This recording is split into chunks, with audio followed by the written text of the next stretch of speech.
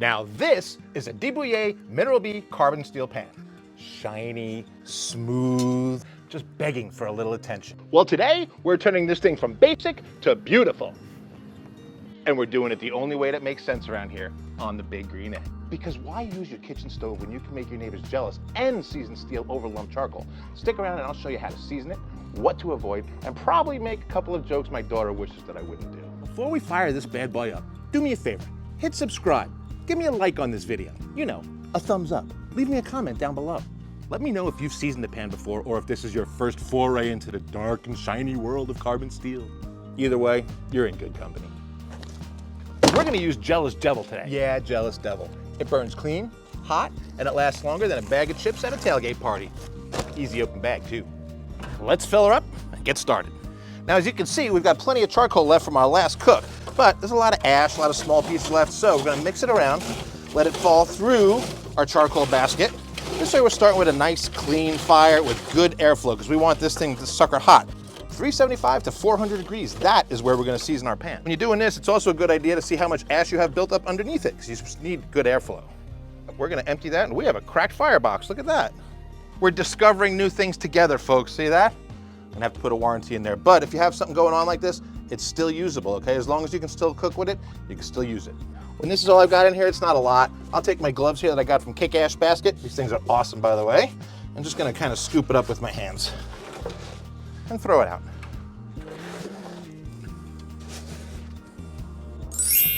The other thing I want to point out is that we're gonna fill this thing all the way up with charcoal. We're gonna go about to the middle of the fire ring right here with our charcoals.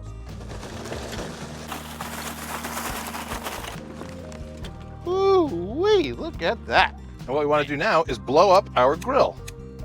All right, I'm just kidding. It's not really an M80. Nope, it's actually a fire starter. It's made by Jealous Devil. It's called a Boom. And you can see why. All right, well, that's burning pretty well. So we're gonna put our deflector in here, our convector, because we're gonna cook these indirect. That's right, we're gonna cook our pans. Now, again, we're gonna wanna get the egg to about 400 degrees. 400 is the sweet spot for building this first layer of seasoning on this pan without turning it into a work of modern art.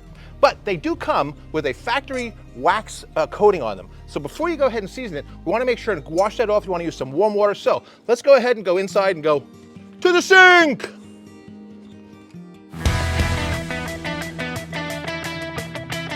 And here we are at the sink. Now, you can't really see the coating on here, but trust me when I tell you, it's on there. You can feel it, it's a beeswax coating. So we really need to get that off. I mean, it's great for shipping, but it's terrible for cooking. Now we're gonna use a little hot water, yes, hot water, and soap, that's right, soap. Now you don't need Brillo or anything, a scrub pad. I like to use the rough side of a sponge like this. It's just gonna wet it down a little bit. Get a little bit of soap on here. Yes, soap, okay? Don't be worried. It's the only time you'll hear me say it's okay to use soap on cast iron or carbon steel. But actually, if you want to know the truth, that's kind of an old myth. It's only when they used to use lye in the cast iron that you really shouldn't use soap with it. So it's pretty okay to use soap now. You want to give this a really good scrub. I hate these dividers. Who else hates a divided sink?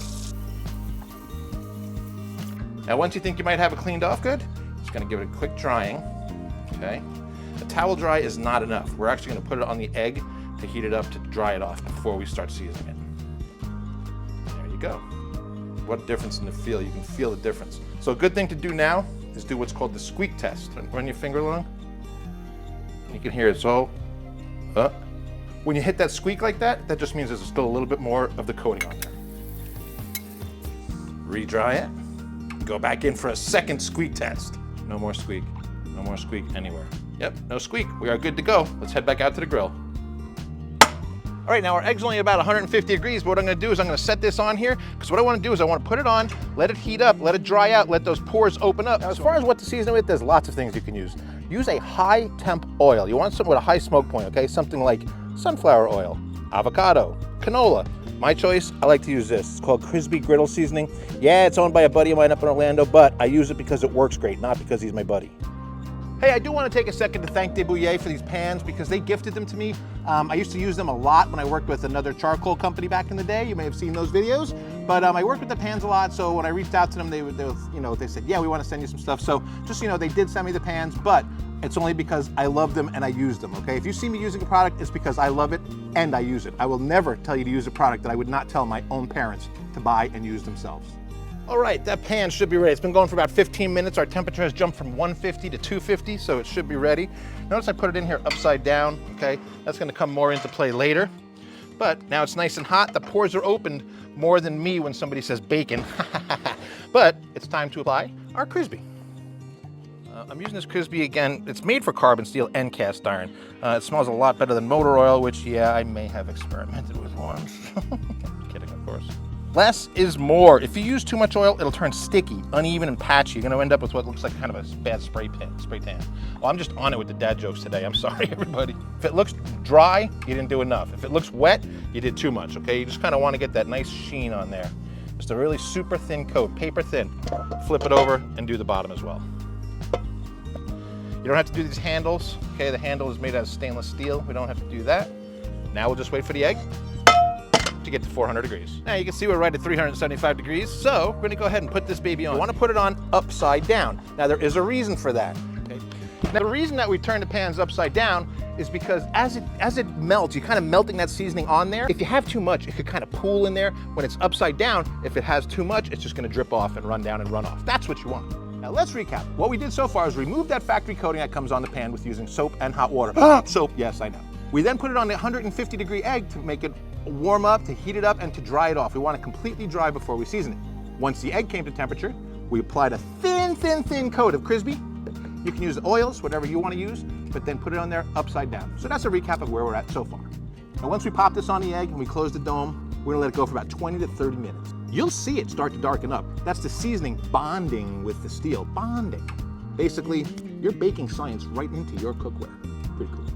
You'll see once we get done with this seasoning, it's gonna be a bit darker. If you wanted to go darker, just do it multiple times. I'm gonna do this 3 or 4 times. I like to get a really good base coat, especially when I'm doing it for the very first time. Do you remember doing it for the first time? We've been going for about 30 minutes here, so let's take a little look. Oh yeah, we can definitely see some color on that thing now. It's got a little more goldish tint to it. Okay, again, this is just the first layer, but you can definitely see some different color to it. So let's bring it over to the table and do some more seasoning. So what we're gonna do here is we're just gonna give it another coat. Very simple, same exact process. Gonna take my Crisbee, just gonna take a little swipe of it here. Now I want you to be careful because this pan is very, very hot, okay? So don't burn your hand by doing this, all right? If it gets too hot, put a glove or put use a tongs or something like that, okay? But again, same thing, super thin coat. Okay, we're gonna put it on all over the pan, the top rim, the bottom. I like to do the bottom. The bottom really got some good color to it. There we go. And then lastly, I'll take a fresh paper towel, just give it a quick wipe out, okay? Because again, you just want a super thin layer. We're not looking to build up mountains of stuff here. Now we're gonna go back to the egg. And here we are. How about that? Okay, so same thing. I'm gonna set it on upside down. Okay, you can even change positions if you want. Go crazy, live it up. I'm gonna go for about another 25 minutes. See you then. And if you're interested in knowing my vent settings, there's my vent setting for the bottom, and there's my vent setting for the top. We are another 30 minutes in. Let's see where we're at. Oh, look at that. Now that is some golden brown color we got going on here now. Ooh-wee, looky here. I think we're seasoning here. All right, let's do another layer. Now when I take it off, I let it sit for about 10 minutes to let this cool down. All right, now it's cooled off a bit, so okay, a little more Crisbee. I'm not using a lot. Now what I was talking about before is if the pan is still too hot, you can take a pair of thongs, you gotta click them 3 times minimum. Know that just because we're not cooking doesn't change that, all right? That's a rule. Again, we're just gonna coat the whole thing. The edges, bottom, the top, the side, there. You know, again, as I said earlier, there are some schools of thought as to whether you're supposed to do the bottoms and the sides. I just don't see any reason not to do them. It can't hurt it. Maybe it can, I don't know. What do I know? I'm a griller. So there, now we've got a whole coat all over the whole entire thing, okay? And you want to use an old trivet. This one's already burnt, that's why I was using that. Didn't want to burn my cutting board. I'm just gonna wipe it out again, okay? You just don't want excess, because again, you can see there were little spots that even the way I did it, it still pulled up a little bit, all right? But when we're done, it should be A-okay. Nice golden brown. Back to the egg!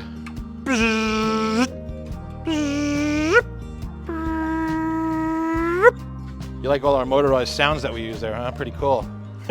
Same thing now. Set it right back on here, okay? One little extra. Looks like it had a lot on there, so we're just gonna give it an extra wipe, okay? Back to sleep for another 25 minutes. I just went inside and I have this beautiful piece of tuna inside. So I think what we're gonna do is when this is done being seasoned, we're gonna go ahead and cook a tuna stick. We're gonna sesame coat it, and we're gonna sear it, and it's gonna be so good. So let me go grab the tuna, grab some sesame seeds, show you how to do that too. What? Are you guys getting as excited as I am? I hope so. We got a lot of cool stuff still going on here, but we are at our time. We have finished up our 3rd coating on this pan. Let's see what we've got. Oh yeah, look at that beautiful deep brown color. Man, it doesn't get prettier than that. That is what I would call a well-seasoned pan. Can you see that?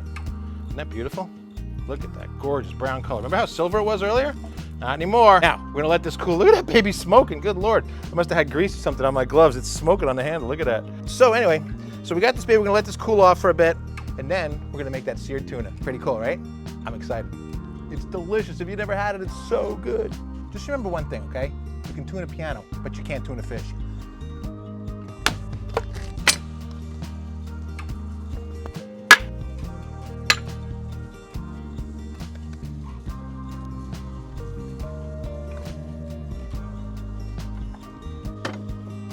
Bombs away.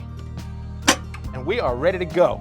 This is simple. This only takes a couple minutes. So we're gonna put the pan on and heat that pan up. All right, we gotta go in direct. So right over the flames cooking. All right, we got this going over what I would call a medium-high fire. So we're gonna give it just a little dab of oil. We don't have to go crazy, just enough to keep it slickery. All right, and you can see it's nice and hot. Look at that oil shimmering around. Every time you add oil to this, every time you do anything to it, you're just increasing the seasoning. All right, it's super hot. You can tell because if I splash a little water in it, it just sizzles right away. We're gonna take our tuna steak and just lay that right in there. Give a good push down. This only takes about a minute, maybe 2 minutes. You can push down on it, make sure it's getting maximum contact. When you're handling fish, I like to use my toadfish tongs. Aren't they cool? Little link down below. You know what I like about them? You can set it on the counter, and these things keep this up off the counter. Pretty cool. All right, I think we're ready for a flip. Yeah, see that? Perfect, perfect. Let me just flip it, lay it on the other side for the same thing, about 2 minutes. This golden caramelization, in case you're wondering, that's called the Maillard reaction. Science in our cooking, science. If you don't know what it is, what that is the caramelization of the sugars and enzymes in your proteins. The flavor case is called umami, as in, ooh, mommy, that's good. All right, wonder how you know we seasoned it well? Because when you do this, it just slides, okay? That is a well-seasoned pan right there. And I do believe we are done. Is that gorgeous or what? Look at that gold, and these are just regular goods. You can use any color sesame seeds you want, but they are beauties. All right, so then sometimes when you cook and cool things happen. Now, I don't know. Hey guys, I was over there filming a video. I just heard, is that your first fish you've ever caught? You think so? Yeah, wow. What's your name? Sebastian. Hi, Sebastian, how are you? That's cool. What do you got there? Peacock bass, right? That's a beauty. Hey, what's your name? Felix. Hey, how you doing, Felix? And you're Alex? Alex. Hey, Alex. These guys live locally. They were just out here fishing, first fish. Nice job, guys. I got to get back to cooking. See you later. You know, Dad, if you can catch something a little bigger, we can put it on the grill, you know. Yeah, that'd be much better. All right, maybe next time. All right, now, back to it. Now, let's see what we've got here. Yeah, that cuts better that way. Spaceman knife doing its job beautifully. You want to be delicate with this, okay? I'm not trying to muscle it. You want to be delicate with it. Oh, so good.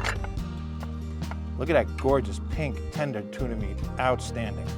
All right, all right, all right. Look at that. That is awesome. Beautiful pink tuna, white edges. Got this awesome dipping sauce that I made here. Stole it from Kelly's Clean Kitchen. That's right. Can't be dropping my tuna. One thing left to do. Oh my God. Oh, hell yeah. So good. It's so good. It's so stupid good. That is the best 4-minute meal you'll find anywhere. God, it's so good. I'll actually put a recipe for the dipping sauce down below because I used to use just wasabi and ginger. This dipping sauce has completely replaced it for tuna for me. So there you go, seasoning a Dubayer pan on a big green egg using Jealous Devil charcoal. Not that we need any of that to do it, but it makes it a whole lot more fun, doesn't it? I mean, let's face it. We'll take any excuse to light the egg, won't we? I know I will. Well, anyway, I want to get to finishing this up because it is just way too good, and I like y'all, but I like this even better. Like I said earlier, don't forget to like, subscribe, give us a thumbs up and everything like that. Join us on this journey here. And hey, do me a favor, tell your friends, all right? Let's get to 100,000 subscribers. That would be so cool. You know, when you do subscribe, don't forget to ring that bell. You don't want to miss our next cook. And hey, if your seasoning comes out better than mine, keep it to yourself. I don't want to know. Anyway, before I get myself into any further trouble with y'all, that's all I've got for you this week. I appreciate you. I love you. Keep coming back. Captain Ron, out.